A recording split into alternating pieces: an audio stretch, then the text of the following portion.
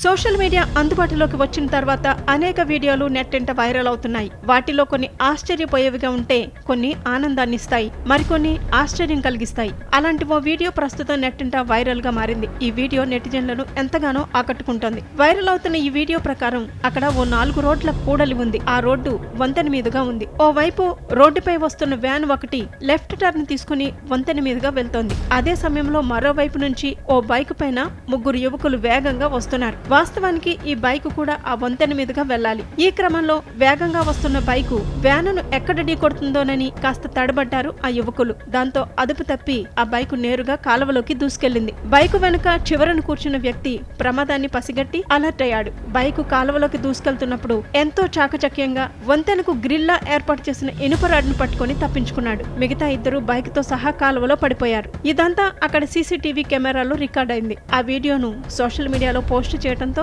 అది కాస్త వైరల్ గా మారింది. ఆ వీడియోను కొన్ని గంటల్లోనే 3 లక్షల మందికి పైగా వీక్షించారు. వేలాది మంది లైక్ చేశారు. తమదైన శైలిలో కామెంట్లు చేశారు.